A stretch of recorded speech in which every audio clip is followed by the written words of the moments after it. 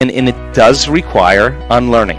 It does require breaking the habit of being yourself. Yeah. It does require a certain level of energy and awareness. It requires lighting a match in a dark place and sitting in that discomfort and not getting up and checking your cell phone or getting on the phone or watching TV or being distracted by in your computer. This is you gotta be willing to know that you gotta sit in that discomfort, because that's what people are running from all the time. So the person who's going to say, no, you know what, I'm really insecure, or I live in fear, or whoa, I feel really empty. Now, this is the moment. This is a defining moment for people, because now they're saying, okay, I got to believe that there's something else here. And I think when you believe in yourself, you believe in possibilities, and when you believe in possibilities, you believe in yourself. So people start taking their power back in a very unique way, and they go all in. They go all in, and they understand then. And I think science has become the contemporary language of mysticism. I think science is what demystifies the mystical, and so and this is a time in history where it's not enough to just know. It's a time in history to know how, and that's for me the most important thing. I love being with people that want to put it to the test, and when you do, I'm always astounded by how unlimited human beings are. And you can't tell me you're too old to do this. We have people in their 80s in our work that have brain scans that will blow your mind. You can't tell me you're too sick to do this. We have people that have been really sick that turn that thing around.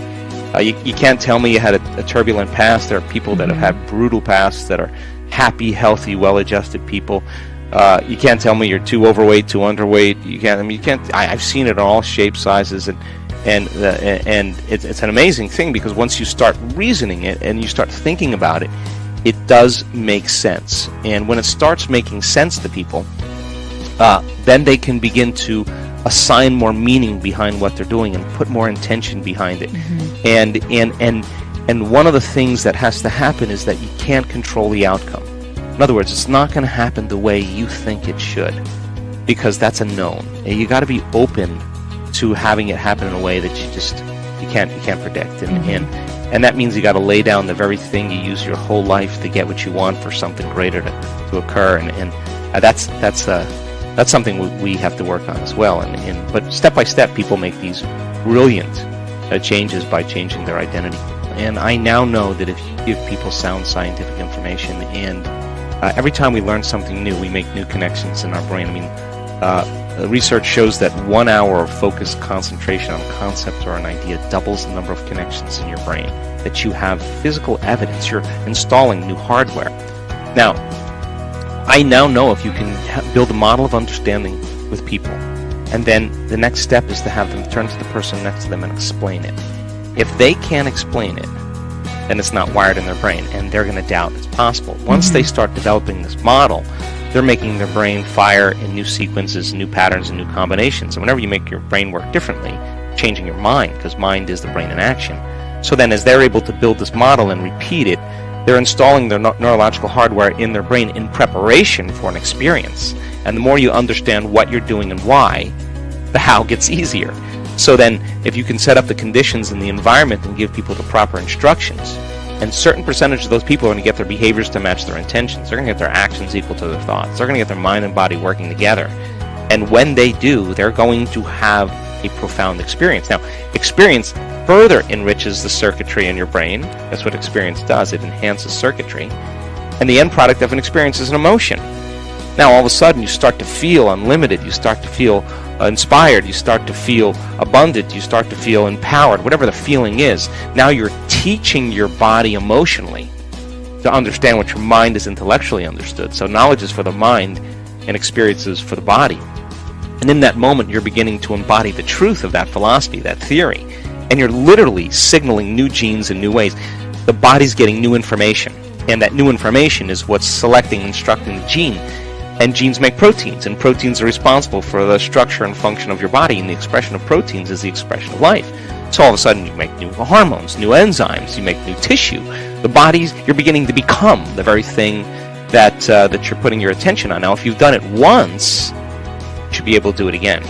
And if you can repeat an experience over and over again, you're going to neurochemically condition your mind and body to begin to work as one. And we've done something so many times that your body now knows how to do it as well as your mind. Now it's innate in you. It's automatic. It's second nature. It's a skill. It's a habit. It's who you become. It's who you are. Now you're beginning to master that philosophy. You're embodying it. You're owning it. So I think we go from philosopher to initiate to master, from mind to body to soul, from knowledge to experience to wisdom, to thinking to doing to being, to learning it with your head, applying it with your hands, and knowing it by heart. And people have to come to a point where they all of a sudden realize that they're a participant in this whole thing. And even if the person says, if they accept, hey, look, I don't know that I can beat this thing, but at least I can live the next several years of my life happy. It makes a huge difference. And so people who are depressed because of a diagnosis, then they can't think greater than how they feel, and that's the challenge.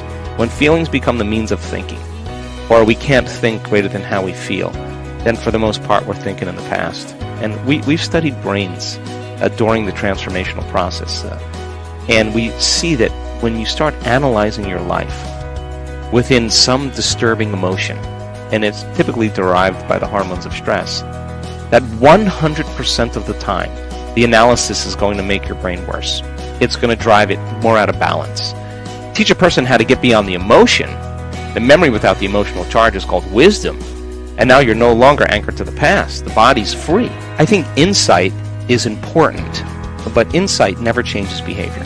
You can, I don't care what the insight is. Your father was overbearing, your mother was a perfectionist, you have a chemical imbalance in your brain, Mercury's in retrograde, you were this person in a past life. All the insight, all the information does not change the condition. We have to get into the operating system. We have to get into those programs, those emotional reactions, those unconscious beliefs, those unconscious habits, and begin to reprogram that. And there's a way to do that, because the whole purpose of meditation is to get beyond the analytical mind. And what separates the conscious mind from the subconscious mind is the analytical mind. And the only way you're going to know how to do that, is to learn how to regulate your brainwaves and begin to slow them down. So as you begin to slow down your brainwaves, you get beyond your analytical mind, and you're entering that operating system where all those programs exist. And 95% of who we are by the time we're 35 years old, a set of memorized behaviors, unconscious emotional reactions, unconscious beliefs, perceptions, hardwired attitudes that function automatically like a computer program. That means that 95% of the time people are unconscious to how they're being, right? And so becoming conscious of that, overcoming, even if you just say every day I'm gonna overcome my fear, every day I'm gonna overcome my depression, every day I'm gonna feel better than yesterday. That act of doing that you're informing the system, you're putting new information into your body that's causing your body maybe slowly every day to begin to change. And of course some days are easier than others, but I have so much hope in that, because I think that's innate in us. I think that's what we naturally know what to do when we're challenged to that measure. We are back with Complete the Quote Challenge. Can you complete the inspiring quote and give us the right answer? If you can, and if you can do it first, you're the daily winner. In the last video we were asking for 2 words. The quote was Joe Dispenza's, and it goes like this: when you think from your past memories, you can only create. The correct answer was past experiences. So, when you think from your past memories, you can only create past experiences. Congratulations to everyone with the correct answer. It wasn't so hard. Today we are also looking for 2 words, and the quote belongs to Joe Dispenza. It goes like this: same thoughts always lead to the... Write your answers in the comments below the video. Be the first one and win this challenge. Do you like this way of ending the videos? What you think about this video? Was it just coincidence you watched it? Did you like it?